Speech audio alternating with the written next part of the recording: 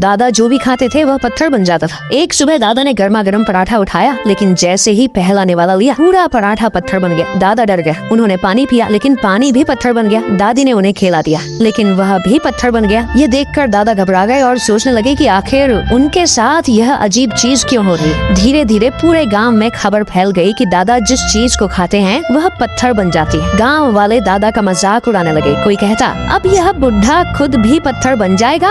लोग डर कर दादा से दूर भागने लगे। दादा भूखे प्यासे गांव में घूमते रहे। जब वह सेठ की दुकान पर खाना मांगने गए तो सेठ ने गुस्से में उन्हें भगा दिया और कहा कि कहीं उनकी दुकान का सामान भी पत्थर ना बन जाए। दुखी होकर दादा अपने घर पहुँचे, लेकिन वहाँ भी उन्हें अपनापन नहीं मिला। बेटे ने दरवाजा बंद करते हुए कहा, पापा अब आप हमारे किसी काम के नहीं। पोते डर कर छत पर छिप गए और दादी रोती रह गई। गांव के मुखिया ने ऐलान कर दिया कि दादा को गांव से बाहर निकाल दिया। कुछ लोग दादा को बैलगाड़ी में बैठाकर जंगल के किनारे छोड़ा। अकेले और टूटे हुए दादा जंगल में एक सूखे पेड़ के नीचे बैठकर रोने लगे। तभी अचानक तेज हवा चल और सामने एक रहस्यमयी साधु प्रकट हुआ। साधु ने कहा, तू चीजों को पत्थर नहीं बनाता, लोगों के दिल पहले से पत्थर हैं। दादा ने साधु से श्राप से मुक्ति मांगी। तब साधु ने अपनी जादुई माला दादा के सिर पर रखी और उन्हें नई शक्ति का आशीर्वाद दिया। दादा ने डरते डरते पास पड़े एक पत्थर को छुआ और वह चमचमाता हीरा बन गया। दादा हैरान रह गए। फिर उन्होंने सूखी रोटी को छुआ तो वह सोने की रोटी बन गई। जब उन्होंने सूखे कुएं को हाथ लगाया तो उसमें दूध भर गया। अब दादा समझ चुके थे कि उनकी शक्ति बदल चुकी है। दादा ने